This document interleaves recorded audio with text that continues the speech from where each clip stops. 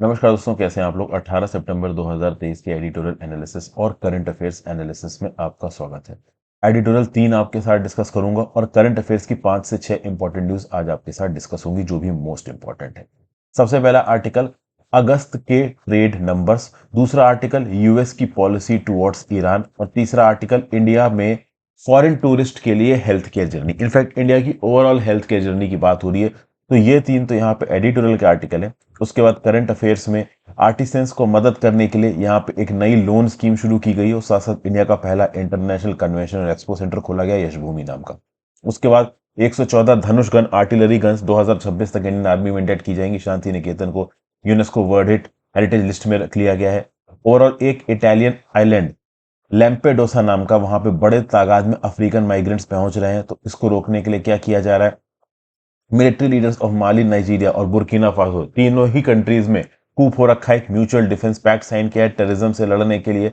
इसके मैप को देखेंगे और किस प्रकार से कैट्स इंडिया के अंदर चिड़ियों का सफाया कर रही है। दुनिया भर में ओवरऑल चिड़ियों को एलिमिनेट करने में कैट्स का एक बड़ा इंपॉर्टेंट रोल है। तो कैट्स, जो कि बड़ा ही इनोसेंट सा डोमेस्टिक जानवर हमको नजर आता है, वो एक डेथ नेल है बर्ड्स के लिए, चिड़ियों के लिए। तो इतनी सारी न्यूज़ हम लोग यहाँ पे डिस्कस करने वाले हैं। टेलीग्राम ग्रुप ज्वाइन कर लीजिए दोस्तों, याद से। टेलीग्राम ग्रुप में आपको इस पर्टिकुलर लेक्चर की पीडीएफ मिल जाएगी। यूट्यूब पे वीडियो पे देख रहे हैं तो यूट्यूब के डिस्क्रिप्शन बॉक्स में आपको टेलीग्राम ग्रुप का लिंक मिल जाएगा। उसके साथ साथ दोस्तों मेरी वेबसाइट www.harshidvedi.com पे और मेरी ऐप हर्षित द्विवेदी एजुकेशन, जो कि iOS एंड्रॉइड दोनों पे अवेलेबल है, वहां पे भी आपको ये पीडीएफ मिल जाएगी। ओके, तो चलिए आज के अपने पहले टॉपिक को शुरू करते हैं। इससे पहले दोस्तों मैं आपको ये बता दूं 12 टर्मिनोलॉजीज, जिसमें आती है reverence, moral myopia, ethical fading, moonlighting culture, conformity bias, bystander apathy, constitutional morality, ethical egoism, temperance और फेयरनेस। ये ओवरऑल मेरे मेंटरशिप कोर्स में अपलोड हो चुकी हैं। एथिक्स के इंडिविजुअल कोर्स में भी अपलोड हो चुकी हैं। तो 78 टर्मिनोलॉजीज एथिक्स कोर्स की कंप्लीट हो चुकी है। 1 से 2 वीडियो और लगेगी और जो ethics through examples and formulas का कोर्स है और ओवरऑल जो फोल्डर है टर्मिनोलॉजी सेक्शन के, सॉरी, मेंटरशिप कोर्स के अंदर, वो कंप्लीट हो जाएगा। ओवरऑल एथिक्स यहाँ पे कंप्लीट हो रहा है। बहुत सारे लोग कह रहे थे कि सर जल्दी से कंप्लीट करवा दीजिए, तो एथिक्स ऑलमोस्ट यहाँ पे कंप्लीट है। इसके बाद यहाँ पे वर्ड हिस्ट्री की शुरुआत होगी। वर्ड हिस्ट्री की एनसीईआरटी और वर्ड हिस्ट्री की मैंने एक अलग से 200 पन्नों की पीडीएफ बना रखी है, जिसको मैं आपको पढ़ाऊंगा। तो अगले 1 से 1.5 महीने में मैं वर्ड हिस्ट्री आपके लिए खत्म करने वाला हूं। तो आप चाहें तो मेरे मेंटरशिप कोर्स को ज्वाइन कर सकते हैं। चलिए अगस्त के ट्रेड नंबर्स की बात करेंगे। अगस्त के ट्रेड फिगर्स के बारे में यहाँ पे बात होगी। इंडिया का जो एक्सपोर्ट का क्वांटम है वो पिछले 7 महीनों में लगातार गिरा है। अगस्त में भी गिरा है और पिछले 11 महीनों में 9 बार इंडिया का एक्सपोर्ट फिगर गिर चुका है when compare to the figures of previous financial year. अगर आप देखो तो इंपोर्ट्स ओवरऑल अगस्त में सबसे तेजी से बढ़े हैं when compare to March this. तो मार्च के बाद से, मार्च 2023 के बाद से अगस्त 2023 में इंपोर्ट सबसे ज्यादा बढ़ते हुए नजर आए। लेकिन पिछले 11 महीनों में 9 बार एक्सपोर्ट्स लगातार घट रहे हैं और ओवरऑल अगस्त में भी एक्सपोर्ट्स घटे। तो अगर इंपोर्ट देखा जाए तो इंपोर्ट 58.6 बिलियन डॉलर था। इंपोर्ट बाउंड शिपमेंट्स 5.2% अगर आप देखें तो पिछले अगस्त के लेवल से कम थी, बट फिर भी ये ओवरऑल ज्यादा नजर आ रही है व्हेन कंपेयर टू मार्च 2023। जो हमारे एक्सपोर्ट्स हैं अगस्त 2023 के, वो 6.9% से गिरे हैं। एक 24.2 बिलियन डॉलर का ट्रेड डेफिसिट देखने को मिला, जो कि अक्टूबर 2022 के बाद से अभी तक का वाइडेस्ट है। ठीक है ना भाई। गुड्स जो एक्सपोर्ट्स है वो ओवरऑल इस साल में 11.9% कम हुए और इंपोर्ट्स 12.1% कम हुए। जो सर्विसेज एक्सपोर्ट्स हैं, जो पिछले महीने के बाद में पता चलेंगे, मतलब अगस्त 2023 के सर्विसेज एक्सपोर्ट्स का डाटा अभी निकल के नहीं आया है, बट कॉमर्स मिनिस्ट्री का एक्सप्लेनेशन ये बताता है कि अभी तक जो इकोनॉमिक इंजन है वो रेजिलिएंट है ग्लोबल इकोनॉमिक टर्मोइल में, लेकिन ये हीट फील करना शुरू कर रहा है। तो हमारे इकोनॉमी का इंजन भी धीरे धीरे हीट को फील करना शुरू कर रहा है। ग्लोबल इकोनॉमिक टर्मोइल में हमको जो लग रहा था कि हमारी इकोनॉमी का इंजन ओवर हीट नहीं हो रहा है, हमारी ग्रोथ बढ़ती रहेगी, ये ग्रोथ यहाँ पे थोड़ी स्टेबलाइज होती नजर आएगी। रीजन बीइंग कि हमारा जो ट्रेड डेफिसिट है वो थोड़ा वाइडन हो रहा है, हमारे एक्सपोर्ट्स घट रहे हैं, इंपोर्ट हल्के हल्के बढ़ रहे हैं, वो भी घट ही रहे हैं, बट फिर भी ग्लोबल कमोडिटी प्राइसेस बढ़ेंगी तो इंपोर्ट के क्वांटम बढ़ जाएंगे, और अगर एक्सपोर्ट उसको कंपनसेट करने के लिए नहीं बढ़ा तो कहीं ना कहीं हमारी फिस्कल डेफिसिट या फिर ट्रेड डेफिसिट बढ़ती हुई नजर आएगी। ऐसा एक्सपेक्ट किया जा रहा है कि अगस्त 2023 में सर्विसेज एक्सपोर्ट में 0.4% का ड्रॉप देखने को मिलेगा, जो कि अपने आप में एक बुरी खबर हो सकती है। क्योंकि देखिए सर्विसेज एक्सपोर्ट एक ऐसा सेक्टर है इंडिया का जो हमारे टेंजिबल एक्सपोर्ट को कंपनसेट करता है। जो मर्चेंडाइज हम लोग एक्सपोर्ट इंपोर्ट करते हैं उसमें जो डेफिसिट आता है उसको कहीं ना कहीं हमारा सर्विस एक्सपोर्ट कंपनसेट कर देता है। अगर हमारा सर्विस एक्सपोर्ट गिरता है तो कहीं ना कहीं गुड्स ट्रेड डेफिसिट को कंपनसेट करने की उसकी जो काबिलियत थी वो कॉम्प्रोमाइज होगी और ओवरऑल जो ट्रेड डेफिसिट है इंडिया की वो बढ़ सकती है। फिर आगे एक और इकोनॉमिक फिगर यहां पे निकल के आ रहा है, जो ग्लोबल कमोडिटी प्राइसेस हैं वो जून लेवल के रिस्पेक्ट में 12% बढ़े और 15 मंथ हाई पे पहुंच गए इस पर्टिकुलर महीने में, ठीक है ना। जो प्रेशर है गुड्स ट्रेड डेफिसिट पे वो भी यहाँ पे बढ़ रहा है, specially oil and gems and jewellery imports have fallen less than their exports so far in 2023-24। और खास बात दोस्तों ये कि एक तरफ इंटरनेशनल मार्केट में कमोडिटी प्राइस के दाम बढ़ रहे हैं, दूसरी तरफ जो एक्सपोर्ट ऑर्डर हम लोग पेट्रोलियम सेक्टर में एग्जीक्यूट कर रहे हैं, पुराने समय पे दाम गिरने की वजह से ओवरऑल जो पुराने समय पे 27% दाम गिरे थे एक्सपोर्ट मार्केट में रेडीमेड और प्रोसेस्ड पेट्रोलियम एक्सपोर्ट्स के, उसके चलते ओवरऑल अगर आप देखो तो वॉल्यूम 6% बढ़ा है लेकिन ओवरऑल एक्सपोर्ट क्वांटम घटा हुआ नजर आ रहा है। तो एक डबल प्रॉब्लम इंडिया को ये देखने को मिल रही है कि इंडिया के इंपोर्ट बिल भले ही थोड़ा बहुत कम हो रहा है लेकिन धीरे धीरे पेट्रोल के दाम बढ़ रहे हैं, जिसके चलते इंडिया का इंपोर्ट बिल बढ़ा नजर आ रहा है भले ही कम क्वांटिटी में इंपोर्ट कर रहा हूं। At the same point of time हम ज्यादा क्वांटिटी में ये प्रोसेस्ड पेट्रोलियम प्रोडक्ट्स को एक्सपोर्ट कर रहे हैं, 6% उसका क्वांटम बढ़ा हुआ नजर आ रहा है, उसके बावजूद भी रेवेन्यूज हमको कम नजर। अब आगे आने वाले समय में ये इकोनॉमिक मैट्रिक किस प्रकार से ऑब्जर्व होगा, ये इस बात पे डिपेंड करेगा कि ग्लोबल कमोडिटी के प्राइसेस कितने रहते हैं। देखिए बड़े लंबे समय से रशिया अपना तेल हमको डिस्काउंटेड प्राइस पे दे रहा है, फर्टिलाइजर डिस्काउंटेड प्राइस पे दे रहा है। अब चूंकि कमोडिटी मार्केट में तेल के दाम बढ़ते हैं और रशिया को अल्टरनेटिव एवेन्यूज मिलते हैं अपने तेल और फर्टिलाइजर एक्सपोर्ट करने के, तो जिस पर्टिकुलर डिस्काउंट पे हमको वो तेल फर्टिलाइजर मिल रहा था वो आगे नहीं मिलेगा। तो बहुत सारे ग्लोबल डिमांड और सप्लाई फैक्टर्स इंडिया के इस ट्रेड डेफिसिट और ओवरऑल इकोनॉमिक क्वांटम को इन्फ्लुएंस करने वाले हैं। प्रॉब्लम इंडिया के एक्सपोर्ट्स के लिए यह है कि इन्फ्लेशन बढ़ा हुआ नजर आ सकता है कुछ की मार्केट्स में, जैसे कि यूएस में, यूरोपियन यूनियन में, जिसके चलते ओवरऑल इंडिया के एक्सपोर्ट्स जो इन मार्केट में जाते हैं वो अनकॉम्पिटिटिव हो सकते हैं या फिर महंगे हो सकते हैं। इन्फ्लेशन के समय पे लोग ज्यादा गुड्स वगैरह खरीदते नहीं है, तो ये एक टेंशन है कि आगे आने वाले समय में हमारा जो एक्सपोर्ट बास्केट है वो और थोड़ा घटा हुआ नजर आ सकता है। फिर US policy towards Iran has done little to improve the lives of people. भाई देखिए महसा अमीनी की मौत हुई पिछले साल में, ये एक 22 साल की कुर्दिश वुमेन थी, इनको ईरान की मॉरलिटी पुलिस द्वारा अरेस्ट किया गया। इनके ऊपर इल्जाम था कि कंट्री के मैंडेटरी हिजाब रूल्स को फ्लाउट कर रही हैं और ओवरऑल कस्टडी में इनकी मृत्यु हो जाती है। बाद में ईरान की मॉरलिटी पुलिस के ऊपर इल्जाम लगाया जाता है कि इन्होंने इतना टॉर्चर किया महसा अमीनी को कि उनकी ओवरऑल कस्टडी में मौत हो गई। बाद में तगड़े प्रोटेस्ट हुए। ओवरऑल ईरान के रिजीम ने कभी इस प्रकार के प्रोटेस्ट की उम्मीद नहीं की थी। तो इससे पता चला कि जो थियोक्रेटिक रिजीम है ना ईरान का, it is vulnerable to shock. तो शुरुआत में तो इनका रिजीम थोड़ा बैकफुट पे गया, ठीक है ना। बैकफुट पे गया तो उन्होंने बोला कि हम अपनी मोरालिटी पुलिस को डिसबैंड कर देंगे, हिजाब लॉस को बदलेंगे, लेकिन बाद में ऐसा कुछ इन्होंने किया नहीं ईरान वालों ने। ओवरऑल उन्होंने अपनी रिप्रेसिव एटीट्यूड को इंप्लीमेंट किया। 500 से ज्यादा लोगों को यहां पे अरेस्ट किया गया। इनफैक्ट 500 से ज्यादा लोग मर चुके हैं जिसमें 71 माइनर है। अरेस्ट तो हजारों की तादाद में लोग हुए।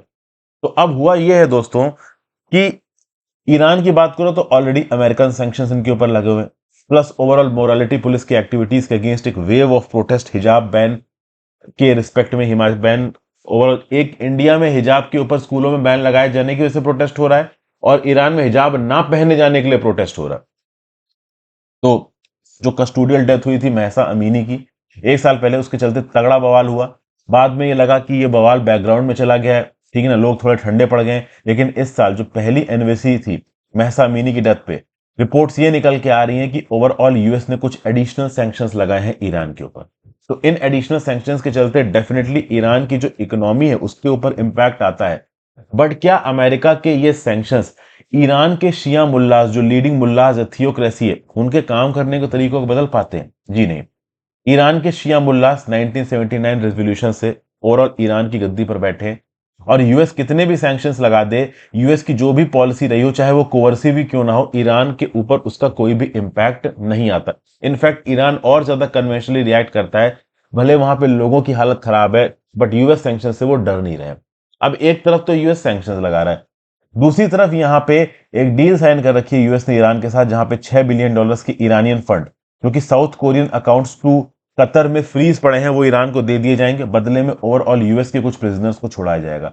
एक तरफ पे तो डील में यूएस इंगेज कर रहा है ईरान के साथ, और दूसरी तरफ उसके ऊपर सैंक्शंस लगा रहा है। तो बेटर ये रहेगा वेस्टर्न कंट्रीज के लिए, खासकर यूएस के लिए, कि वो प्रॉपर तरीके से एक कंसिस्टेंट अप्रोच के साथ ईरान से इंगेज करें, ना कि एक हॉप ऑन और हॉप ऑफ वाली अप्रोच अपनाएं, जहां पे एक तरफ तो वो डील स्ट्राइक करते हुए नजर आ रहे हैं और दूसरी तरफ फ्रेश सैंक्शंस लगाते हुए नजर आ रहे हैं। समझ में आया? आगे चलते हैं। India is at a pivotal movement in health care journey. पिछले कुछ सालों में इंडिया एक स्ट्रांग वॉइस बन गया है इंटरनेशनल स्टेज पे, फिर चाहे वो क्लाइमेट चेंज की बात हो, नई मैन्युफैक्चरिंग स्पेस रेस की बात हो, इलेक्ट्रिफिकेशन की बात हो। रिसेंटली देखा कि इंडिया ने अपने चंद्रयान 3 को मून के साउथ पोल पे लैंड कराया। रिसेंटली हमने देखा कि कैसे इंडिया ने एक बहुत ही सक्सेसफुल प्रेसिडेंसी एग्जीक्यूट की G20 की, ठीक है ना। ग्लोबल रेंज ऑफ इश्यूज के ऊपर इंडिया ने अपनी लीडरशिप दिखाई। तो डेफिनेटली इंडिया दुनिया भर के लिए एक लीडरशिप मॉडल लेके आ रहा है।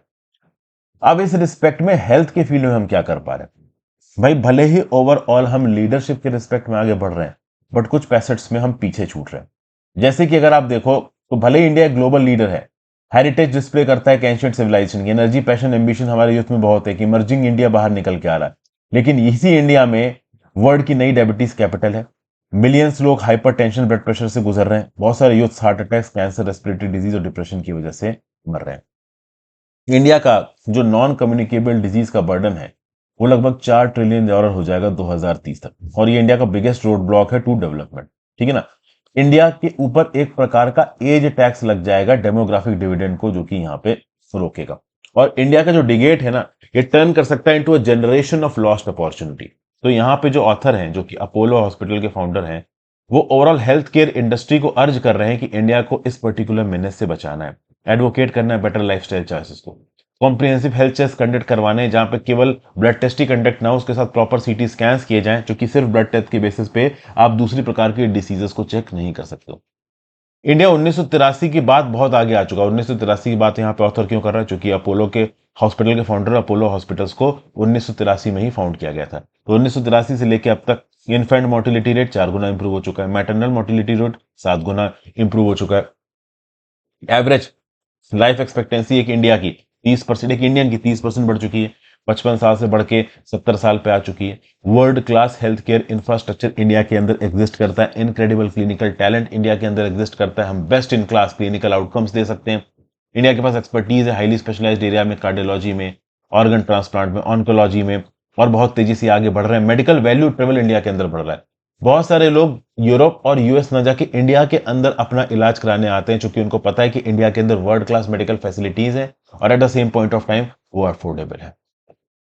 तो इंडिया इमर्ज कर रहा है एक मेडिकल वैल्यू टूरिज्म के हब की तरह, ऑन्कोलॉजी, ऑर्थोपेडिक्स, रोबोटिक सर्जरी के फील्ड में। एक सिग्निफिकेंट माइलस्टोन इस जर्नी में हुआ जब इंट्रोड्यूस किया गया इंडिया के अंदर प्रोटॉन बीम थेरेपी टेक्नोलॉजी को, जिसने इंडिया को रीजनल लीडर बना दिया है कैंसर ट्रीटमेंट में।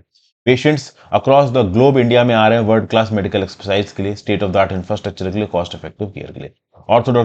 ऑर्थोपेडिक प्रोसीजर्स जैसे जॉइंट रिप्लेसमेंट, स्पाइनल सर्जरी, ये इंडिया के अंदर highly skilled surgeons minimally invasive technique के साथ परफॉर्म करते हैं। Top notch orthopaedic care India के अंदर कॉम्पिटिटिव प्राइसेस पे अवेलेबल है। रोबोटिक सर्जरी भी इंडिया के अंदर पॉपुलरिटी गेन कर रही है। इंडिया के जो हॉस्पिटल्स हैं वो अडॉप्ट कर रहे हैं रोबोटिक असिस्टेड टेक्निक्स को for precision and faster recovery वगैरह वगैरह। मेडिकल वैल्यू जो टूरिज्म है वो इंडिया के अंदर स्ट्रेटेजिक इंपॉर्टेंस गेन कर रहा है। इससे बड़ी तादाद में इंडिया के अंदर इंप्लॉयमेंट बढ़ रहा है और बड़ी तादाद में इंडिया के अंदर फॉरेन एक्सचेंज भी आ रहा है। हम कोलैबोरेशन कर रहे हैं पब्लिक और प्राइवेट सेक्टर्स में, ताकि ओवरऑल बड़े स्केल पे जो पेशेंट सीकिंग केयर है इंडिया के अंदर, फॉरेन के और डोमेस्टिक दोनों के यहां पे इंक्लूसिव तरीके से इंगेज किया जा सके, ट्रीटमेंट वगैरह दिया जा सके। तो एमवीटी को इंडिया के अंदर आगे बढ़ाने के लिए पब्लिक सेक्टर प्राइवेट सेक्टर मिलकर ज्वाइंटली इन्वेस्ट कर रहा है। इंफ्रास्ट्रक्चर में मेडिकल टूरिज्म को प्रमोट कर रहा है। International health care accreditation bodies को यहाँ पे सेटअप किया जा रहा है। आर्टिफिशियल इंटेलिजेंस यहाँ पे एक इंपॉर्टेंट रोल प्ले कर रहा है। Artificial intelligence health care sector को वर्ल्ड वाइड बदल रहा है। इंडिया के अंदर पोटेंशियल है कि इंडिया इस आर्टिफिशियल इंटेलिजेंस के रेवोल्यूशन के फोरफ्रंट में रह सकता है। इंडिया के पास वास्ट पूल है किसका? टैलेंटेड डाटा साइंटिस्ट का, इंजीनियर्स का, हेल्थ केयर प्रोफेशनल्स का। ये इनोवेशन लेके आ सकते हैं artificial intelligence driven health care solutions में। एक की एरिया है जहां पे आर्टिफिशियल इंटेलिजेंस बहुत इंपॉर्टेंट रोल प्ले कर सकता है, वो है डायग्नोस्टिक्स। बीमारियों को पकड़ना, बीमारियों को आइडेंटिफाई करना, एक्यूरेसी और एफिशिएंसी के साथ डायग्नोसिस करना, जिसके चलते फास्टर ट्रीटमेंट डिसीजन लिए जा सके और बेटर पेशेंट आउटकम्स निकले। तो आर्टिफिशियल इंटेलिजेंस डिजीज आउटब्रेक को प्रिडिक्ट कर सकता है, हेल्थ के डाटा को प्रॉपर्ली एनालाइज कर सकता है, ऑप्टिमाइज कर सकता है ट्रीटमेंट प्लान को, डिजीज डायग्नोसिस में एक बहुत इंपॉर्टेंट रोल प्ले कर सकता है, हेल्थ केयर को और पर्सनलाइज्ड और इफेक्टिव बना सकता है। India already artificial intelligence assisted health care में बहुत आगे बढ़ चुका है और हम ऑलरेडी रिसर्च एंड डेवलपमेंट में काफी पैसा खत्म कर रहे हैं, कोलैबोरेशन कर रहे हैं इंडस्ट्री का, एकेडमी का, एक ऐसा इकोसिस्टम बना रहे हैं जो कि इनोवेशन ट्राई करता है। तो India as a global leader in AI driven health care solutions already आगे बढ़ रहा है। इंडिया के अंदर एआई एक्सपेंडिशन 2025 तक $11.78 बिलियन पहुंच जाएगा और $1 ट्रिलियन तक इंडिया की इकोनॉमी में ऐड करेगा बाई 2035। तो हेल्थ केयर जर्नी में इंडिया एक पाइवटल मूवमेंट को है। अपने हेल्थ केयर मॉडल को रीइमेजिन करके इंडिया अपने आप को ग्लोबल डेस्टिनेशन बना सकता है मेडिकल वैल्यू ट्रेवल के लिए AI driven health care solution के अंदर। तो अब अपोलो हॉस्पिटल के फाउंडर है तो वो अपने व्यू पॉइंट से सोचते हैं कि भाई मेडिकल वैल्यू ट्रेवल आएगा, हॉस्पिटल वगैरह का पैसा बनेगा, लेकिन भाई यहाँ पे इस पर्टिकुलर फैसेट पे ज्यादा बात नहीं की गई है कि इंडिया के अंदर लोग जो मेडिकली सफर कर रहे हैं, जिनके पास पैसा नहीं है इलाज करने का, उनको किस हद तक ये हॉस्पिटल्स एंगेज करेंगे, उनके लिए यहाँ पे कोई वो नहीं। तो मेडिकल वैल्यू ट्रेवल में बस बाहर का अमीर पेशेंट आएगा, उसको पैसा लेके इलाज कर दिया। इंडिया के अंदर जो गरीब पेशेंट्स हैं उनके इलाज के रिस्पेक्ट में यहाँ पे कोई खास बातचीत इन्होंने की नहीं है। मेंटरशिप कोर्स के बारे में ऑलरेडी आपको बता चुका हूं। करंट अफेयर्स की पहले न्यूज पे आ जाते हैं। Committed to helping artisan says PM, unveils 13,000 crore scheme. तो भैया प्रधानमंत्री मोदी जी ने बोला है कि इनकी जो गवर्नमेंट है it is committed to the upliftment of artisans and craft people, और इन्होंने ये बोला है कि 13,000 करोड़ का प्रधानमंत्री विश्वकर्मा योजना इन्होंने लॉन्च की है संडे को, जो कि टेक्नोलॉजी प्रोवाइड करेगी, टेक्नोलॉजी के आधार पर स्किल्स प्रोवाइड करेगा लोगों को और इन लोगों को मॉडर्न मार्केट के लायक बनाएंगे ये। तो बेसिकली यहाँ पे पीएम विश्वकर्मा स्कीम लॉन्च की गई है 13,000 करोड़ के खर्चे पे। उसके साथ फर्स्ट फेज यहाँ पे पीएम मोदी ने लॉन्च किया है state of the art India international convention और एक्सपो सेंटर का, जिसका नाम है यशोभूमि द्वारका, नई दिल्ली में 5400 करोड़ के खर्चे पर यह बनाया जाए। तो यहाँ पे मोदी जी क्या बोल रहे हैं कि today I dedicate Yashobhoomi to every labourer, every Vishwakarma of the, Vishwakarma मतलब लेबर्स की बात हो रही है यहाँ पे, जो अपने स्किल के बेस पे इंडिया के डेवलपमेंट में अपना कंट्रीब्यूशन देते हैं। अपनी सरकार की भी थोड़ी बहुत तारीफ कर रहे हैं मोदी जी, पॉलिटिशियन है तो वो तो करेंगे। तो भाई देखिए ओवरऑल मोदी जी ने 18 कस्टमाइज्ड स्टैम्प शीट्स जो कि 18 ट्रेडिशनल ट्रेड्स को शोकेस करती हैं, जो कि स्कीम के अंदर कवर की जाएगी, उनकी टूल किट ई बुकलेट यहाँ पे लॉन्च की है। विश्वकर्मा स्कीम करेगी क्या? It will enhance the accessibility and quality of products and services offered by traditional artisans and craftsman. ये स्कीम ऑफर करेगी collateral free enterprise development loan of 1 lakh. तो पहला लोन का जो ट्रांच होगा 1 लाख का, जो कि 18 महीने में चुकाना है। दूसरा जो लोन का ट्रांच होगा वो होगा 2 लाख का, जो कि 30 महीनों में चुकाना है। 5% के कंसेशनल इंटरेस्ट रेट पे लोन दिया जाएगा। वैसे तो लोन का क्वांटम 13% का है, लेकिन 8% यहाँ पे सरकार भरेगी, मिनिस्ट्री ऑफ माइक्रो स्मॉल और मीडियम एंटरप्राइजेस, और ओवरऑल जो क्रेडिट गारंटी फीस है वो भी यूनियन गवर्नमेंट भरेगी। तो केवल 5% के नॉमिनल इंटरेस्ट रेट पे यहाँ पे लोन वगैरह दिए जाएंगे। वोकल फॉर लोकल की बात कर रहे हैं मोदी जी। आने वाले गणेश चतुर्थी में, धनतेरस में, दीपावली में मोदी जी ने लोगों को बोला है कि आप लोकली मेड गुड्स को खरीदिए। फिर conference tourism sector 25 lakh crore पहुंचने वाला है। तो मोदी जी का बोलना है कि चूंकि conference tourism sector 25 lakh crore पहुंच सकता है, इसीलिए जो यशोभूमि बनाया गया है 8.9 लाख स्क्वायर मीटर्स का और built up area 1.8 lakh square metres का है, ये इंडिया को एक हब बनाएगा, वर्ल्ड का लार्जेस्ट एमआईसी हब बनाएगा मीटिंग्स, इंसेंटिव्स, कॉन्फ्रेंसेस और एग्जीबिशंस के लिए। तो इस प्रकार के यशोभूमि सेंटर्स को इस्तेमाल करके दुनिया भर की मीटिंग्स को सस्ते कॉस्ट पे इंडिया के अंदर होस्ट किया जा सकता है। तो इससे जो कॉन्फ्रेंस टूरिज्म है इंडिया के अंदर वो बहुत ज्यादा बढ़ेगा। इस यशोभूमि को Delhi airport metro express line से जोड़ा जाएगा, ठीक है ना। इसलिए यशोभूमि द्वारका सेक्टर 25 का एक नया मेट्रो स्टेशन बनाया गया है, जिससे धौला कुआं तक की जर्नी भी कवर की। तो धौला कुआं से लेके यहां तक की जर्नी प्रधानमंत्री मोदी जी ने मेट्रो से यहाँ पे कवर की और फिर जाके वहां पे इनॉग्रेशन किया। अगली न्यूज, इंडियन आर्मी इंडक्ट करेगी 2026 तक 114 धनुष आर्टिलरी गन्स को। धनुष आर्टिलरी गन्स की एक रिजीम ऑलरेडी इस समय पे एक्टिव है और बाकी सारी गन्स 2026 तक इंडियन आर्मी को मिल जाएंगी, ऐसा डिफेंस सोर्सेस का बोलना है। तो हमारा फोकस है कि हम लॉन्ग रेंज और ऑगमेंटेड फायर पावर को यहां पे डेवलप करें, ठीक है भाई। तो इसके साथ साथ अगर आप देखो तो धनुष आर्टिलरी गन्स तो हमारे आर्मी प्रोक्योर कर ही रही है, उसके साथ साथ Pinaka multi rocket launch systems, ये भी ओवरऑल आर्मी मतलब प्रोक्योर करने की बात करें, कई सारे प्रोक्योर कर भी चुकी है। और Pinaka multi rocket launch systems की जो रेंज है रॉकेट्स की, इसको बढ़ाने की भी यहाँ पे कोशिश की जा रही है। डीआरडीओ के ऊपर ऑलरेडी काम कर रहा है। जो Pralay surface to surface quasi ballistic missile है, ये भी एडवांस स्टेजेस में इंडक्शन के। धनुष की एक रिजीम ऑलरेडी ऑपरेशनलाइज हो चुकी है इंडियन आर्मी में। थोड़ा स्लाइट डिले हो रहा है बाकी रिजीम्स में, उसका वजह यह है कि कुछ इंपोर्ट कंपोनेंट्स हम सोर्स नहीं कर पा रहे थे, बट अब वो सोर्स हो चुके हैं। धनुष एक 155 mm की 45 कैलिबर की आर्टिलरी गन है, जिसकी रेंज है 36 किलोमीटर। अगर स्पेशल एम्यूनिशन डाल देते हैं तो 38 किलोमीटर की रेंज हो जाती है, ठीक है ना। जो पहले की FH-77 गन थी 155 mm 39 कैलिबर की बोफोर्स गन, उसका एक अपग्रेड है ये जो धनुष वाली आर्टिलरी गन से। जो एडवांस्ड वेपन्स और इक्विपमेंट इंडिया लिमिटेड करके ओवरऑल एक जो पब्लिक सेक्टर है वो बेसिकली कॉर्पोरेटाइजेशन के बना है। ऑर्डिनेंस फैक्ट्री बाद जो 5-6 कंपनियां बना दी थी उसमें से एक है ये मैन्युफैक्चर कर रहा है धनुष गन्स को। और ऑलरेडी इसकी एक टीम ग्राउंड लेवल पे आर्मी के साथ रह के इन गन्स की टेस्टिंग भी कर रही है। आर्मी के पास समय पे 4 पिनाका रेजिमेंट्स है और 6 और अभी के लिए बनाई जा रही है। पिनाका रॉकेट्स की बात की जाए तो इनकी करंट रेंज 37 किलोमीटर है, इनको बढ़ा के 45 किलोमीटर किया जा रहा है MK1 वर्जन में, ठीक है ना। ओके, तो ये सब बातें ओवरऑल यहाँ पे करी जा रही है। पिनाका की बात की जाए तो एक ऐसा पिनाका जिस रॉकेट की रेंज 120 किलोमीटर की, अभी के लिए हम लोग उसको 37 किलोमीटर से बढ़ा के 45 किलोमीटर कर रहे हैं। 120 किलोमीटर और 75 किलोमीटर की रेंज वाले पिनाका रॉकेट्स को भी इस समय पे डेवलप किया जा रहा है। इसके ऊपर ऑलरेडी डीआरडीओ काम कर रहा है। आगे चलते हैं। शांति निकेतन को यूनेस्को की वर्ल्ड हेरिटेज लिस्ट पे रख दिया गया। तो शांति निकेतन एक ऐसा टाउन है जिसको नोबेल लॉरिएट रविंद्रनाथ टैगोर द्वारा बनाया गया था। ये फाइनली संडे को यूनेस्को की वर्ल्ड हेरिटेज साइट की लिस्ट पे पहुंच चुका है। वेस्ट बंगाल की बीरभूम डिस्ट्रिक्ट में आता है शांति निकेतन। इसको अवार्ड ऑफ पीस भी बोलते हैं। 1901 में बनाया जाना शुरू किया गया था जब रविंद्रनाथ टैगोर जी ने इसका फाउंडेशन रखा था, और इसी के बिहाफ पे इसी टाउन में विश्व भारती यूनिवर्सिटी बनाई गई थी। तो फाइनली यूनेस्को ने ट्वीट किया और बोला कि शांति निकेतन यूनेस्को की नई इंस्क्रिप्शन लिस्ट पे आ गया है, और इंडिया को इसके लिए बधाई दी। शांति निकेतन बन गई है इंडिया की 41वीं वर्ल्ड हेरिटेज साइट जिसने यूनेस्को लिस्ट को ज्वाइन किया है। वेस्ट बंगाल की चीफ मिनिस्टर भी इससे काफी खुशियां मना रही हैं। उन्होंने बोला है कि उन्होंने इस शांति निकेतन को यूनेस्को हेरिटेज लिस्ट तक पहुंचाने के लिए बहुत कुछ किया है। केंद्र की सरकार ने भी बहुत कुछ किया है। देखिए 2010 से ही लेके कोशिश हो रही है लगातार कि कैसे ना कैसे करके शांति निकेतन को हम लोग यूनेस्को की वर्ल्ड हेरिटेज लिस्ट पे पहुंचाएं। फाइनली हम इसमें सक्सेसफुल हुए। फिर भाई EU chief promises a plan of action as migrant flock Italian island. यहां पे बेसिकली बात हो रही है किसकी? लैम्पादूसा नाम के आइलैंड की। ये आपको दिख रहा है इटली। इटली के साउथ में मेडिटेरियन सी में यहाँ पे लैम्पादूसा, और उससे ज्यादा दूर नहीं है तुनिसिया।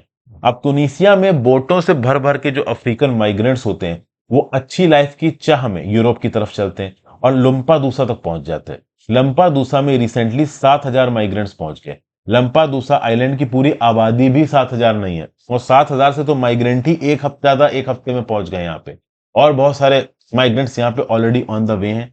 तो यूरोपियन कमीशन की president Ursula von der Leyen ये इटालियन आइलैंड लैम्पादूसा पहुंची, ठीक है ना। और यहाँ पे 10 पॉइंट EU एक्शन प्लान के ऊपर बातचीत की जा रही है कि कैसे यहाँ पे इटली की इस प्रॉब्लम को सॉल्व किया जाए।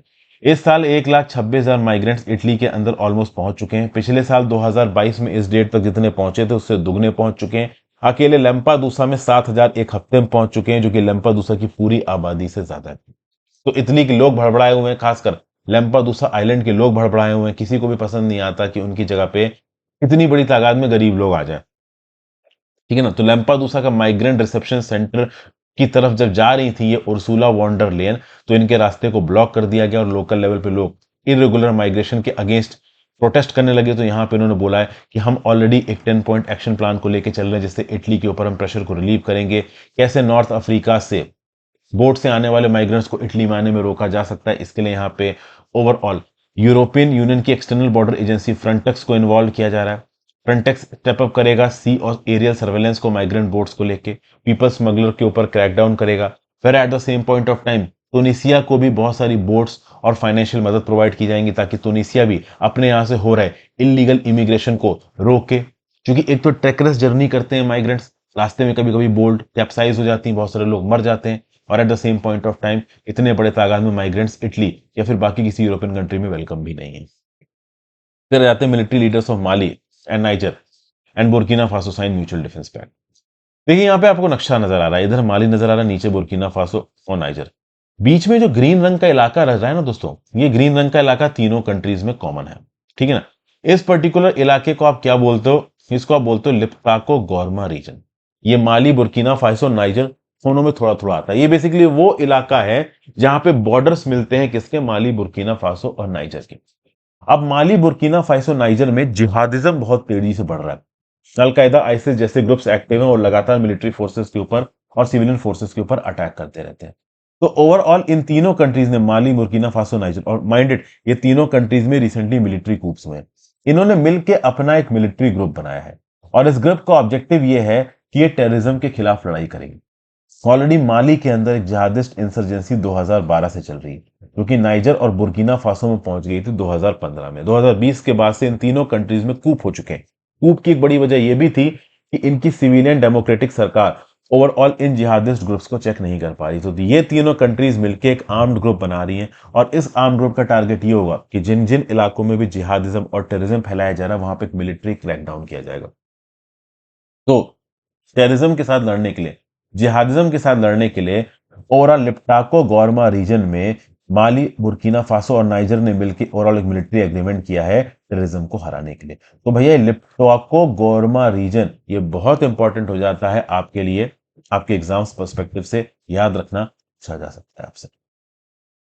ठीक है भाई, और आ जाते हैं आज की अपनी आखिरी न्यूज पे। Cats are playing are hunting down India's birds, are we paying attention. जैसा कि मैंने आपको शुरू में बताया, 30 मिलियन ऑब्जर्वेशंस किए गए हैं दुनिया भर में, इंडिया में 30,000 बर्ड वॉचर्स के द्वारा। तो 3 करोड़ ऑब्जर्वेशंस 30,000 बर्ड वॉचर्स के द्वारा। ये छपे हैं state of the India birds, state of the Indian birds 2023 की रिपोर्ट में। और इसमें यह बताया गया है कि इंडिया के अंदर बर्ड्स बहुत पुअरली फेयर कर रही हैं और इन पर्टिकुलर बर्ड्स को खतरा है एक साइलेंट प्रे, मतलब आप कह लो जानवर से, जिसका नाम है कैट। कैट बेसिकली, जैसे फॉरेस्ट डिग्रेडेशन की जब भी बात होती है तो बाकी फैक्टर्स के बारे में हम बहुत बात करते हैं, कैट पे हमारा उतना ध्यान जाता नहीं है, लेकिन कैट्स बिलियंस ऑफ बर्ड्स को पूरी दुनिया में मारती हैं हर साल। एक स्टडी ने तो यह भी बताया है कि cat is the single greatest source of anthropogenic mortality for the birds and mammals in the US. US के अंदर जो फ्री रेंजिंग डोमेस्टिक कैट्स है, इन्होंने डजन्स ऑफ एक्सटिंक्शंस किए हैं बर्ड स्पेशीज के, उन बर्ड स्पेशीज के जो कि आईयूसीएन की रेड लिस्ट पे पाई जाती है। इनफैक्ट कितनी कैट्स यहां पे इंडिया में बर्ड्स को मार रही है, इस बात को लेकर इंडिया स्पेसिफिक डाटा यहां पे कम है, लेकिन इकोलॉजिस्ट मोनिका कौशिक इस पर्टिकुलर ट्रेट को स्टडी कर रही है कि क्या हंटिंग हैबिट्स हैं फ्री रेंजिंग डोमेस्टिक कैट्स की अर्बन बर्ड्स में, देहरादून में। तो देहरादून एक ऐसा शहर है जहां इंडिया की 1359 स्पेशीज में 590 स्पेशीज मिलती है, 590। इन्होंने अपनी सर्वे की बेसिस पे पता किया कि ओवरऑल पेट कैट्स हंटेड बर्ड्स सबसे ज्यादा हैं देहरादून के अंदर, उसके बाद रेप्टाइल्स, इंसेक्ट्स, रोडेंट्स और एम्फीबियंस जो बर्ड्स का शिकार होते हैं ये दूसरे नंबर पे आते हैं। तो देखा जाए दोस्तों, तो ईयर्स ऑफ डोमेस्टिकेशन के बाद भी ये जो कैट्स हैं, इनकी जो इंस्टिंक्ट है ना हंट करने की बर्ड्स को, ये अभी भी यहां पे गई नहीं है। डॉग्स भी बर्ड्स को हंट करते हैं, पर जिस लेवल पे कैट्स बर्ड्स को हंट करती हैं, डॉग्स उस लेवल पे हंट नहीं करते। इनफैक्ट कैट का सलाइवा बर्ड्स के लिए खतरनाक भी होता है। तो मान लीजिए कैट ने अगर बर्ड पे अटैक किया और उस पर्टिकुलर अटैक में बर्ड की मौत नहीं होती, तो वो जो कैट का सलाइवा है वो बर्ड के लिए डेंजरस है, उस सलाइवा से बर्ड की मौत यहाँ पे हो सकती है।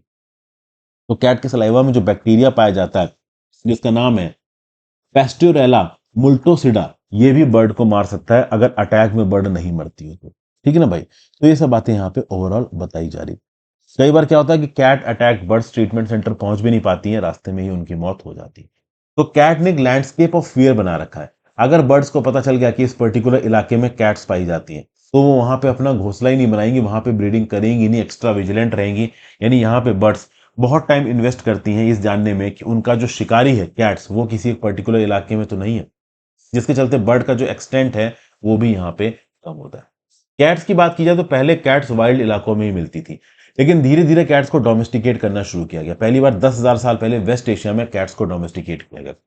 कैट्स आज की डेट में 100 वर्स्ट इन्वेसिव एलियन स्पेशीज में एक मानी जाती है। तो भैया कैटों के साथ डील करना और प्रॉपर वे से डील करना, यह आज की डेट में बहुत बड़ा चैलेंज हो चुका है।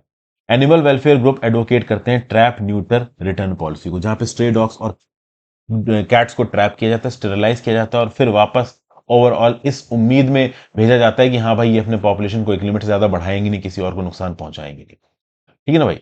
अब सबसे खास बात दोस्तों यहाँ पे ये है कि कुछ लोग बोलते हैं कि मार दो इन एक्स्ट्रा जानवरों को, कलिंग कर दो इनकी। वो भी भाई देखिए पूरी तरीके से सही नहीं है। एक पर्टिकुलर स्पेशीज को बचाने के लिए आप दूसरी स्पेशीज के मर्डर पे उतर आओ, वो भी यहाँ पे प्रॉपर तरीके से ठीक नहीं है। तो ये जो टीएनआर प्रोग्राम्स है ना, ट्रैप न्यूटर रिटर्न प्रोग्राम, ये अलग अलग दुनिया में अलग अलग प्रकार से एग्जीक्यूट किए जा रहे हैं। ठीक है। जो फ्री रेंजिंग कैट्स हैं वो हर दिन हंट करती हैं। देखिए कैट से खतरा बर्ड्स को इतना ज्यादा बड़ा है, फ्री रेंजिंग कैट्स हर दिन हंट करती हैं, जबकि बर्ड्स को अपनी फैमिलीज बढ़ाने में हफ्तों लग जाते हैं। तो अगर इतने बड़े स्केल पे अगर इतनी फ्रीक्वेंटली कैट्स बर्ड्स को मारेंगी तो बर्ड्स का बच पाना भी यहाँ पे मुश्किल है। एनिमल वेलफेयर इश्यूज को लेकर बहुत सारे लोग बर्ड्स को बचाने के लिए कैट्स को मारने की बात करते हैं। और ऑब्वियस सी बात है, जो कैट लवर है वो क्या बोलेंगे कि नहीं नहीं भाई आप किसी को मारो, इस बात को आप जस्टिफाई नहीं कर सकते। तो यहाँ पे प्रॉपर रिसर्च की जरूरत है। ऑर्निथोलॉजिस्ट का कहना है कि रिहैब सेंटर्स को इनकरेज किया जाना चाहिए, जहां पे ओवरऑल कैट अटैक्ड बर्ड्स का डाटा पब्लिश होना चाहिए। ओवरऑल कैट और बर्ड्स के हैबिटेट को यहाँ पे थोड़ा बहुत सेग्रीगेट करने की जरूरत है। एक चीज पॉजिटिव यहाँ पे ये बताई जा रही है कि जिन कैट्स को डोमेस्टिकली रियर किया जाता है, जिनकी प्रोटीन रिक्वायरमेंट्स ऑलमोस्ट पूरी हो रही हैं, उनकी जो कैट बर्ड्स की हंटिंग इंस्टिंक्ट है ना, वो थोड़ी कम है, लेकिन इंस्टिंक्ट अभी भी उनके अंदर है। समझ गए बात को। सीमा मुंदोली करके एक इंडिविजुअल है, ये अजीम प्रेमजी यूनिवर्सिटी बेंगलुरु में पढ़ाते हैं। ये फॉस्टर पेरेंट है 40 कैट्स की। उनको पता है कि कैट्स से बर्ड्स को खतरा है, but at the same point of time बोल रही हैं कि कैट्स को मार के आप सॉल्यूशन नहीं ढूंढ सकते। बेटर ये रहेगा कि सेपरेट हैबिटेट्स को बनाया जाए, एक ऐसे सॉल्यूशन को लेके जाया जाए जहां पे कैट्स की सस्टेनेबल पॉपुलेशन भी मेंटेन कर सके, उनको डोमेस्टिकेट भी कर सके, at the same point of time उनको प्रॉपर तरीके से केयर लेके ओवरऑल इस बर्ड हंटिंग इंस्टिंक्ट से दूर लेके जा सके। जैसे कैट्स के गले में कॉलर लगाया जा सकता है, तो उस कॉलर से बर्ड को पता चल जाएगा कि कैट आसपास है, तो बर्ड उड़ के भाग जाएगी। तो इस प्रकार की एक्टिविटीज को हम इंप्लीमेंट कर सकते हैं, जिससे ओवरऑल हम अपनी बर्ड पॉपुलेशन को भी बचा सकें और कैट्स की अननेसेसरी कलिंग में मारने में इन्वॉल्व ना हो। तो ये था आज का एनालिसिस दोस्तों। आई होप आपको कुछ ना कुछ यूजफुल जानने को मिला होगा। अपने व्यू पॉइंट नीचे कमेंट बॉक्स में देख लीजिएगा। Thank you for watching friends. और चाहे तो मेंटरशिप कोर्स एक बार ज्वाइन कर सकते हैं दोस्तों, आपके लिए बड़ी मेहनत से बनाया गया है ये मेंटरशिप कोर्स, आपको ऑर्गेनाइज तरीके से पढ़ाई करने में काफी मदद करेगा। तो do join the mentorship course. इसमें ethics through examples and formulas already खत्म हो चुका है, वर्ड हिस्ट्री की सीरीज शुरू हो रही है।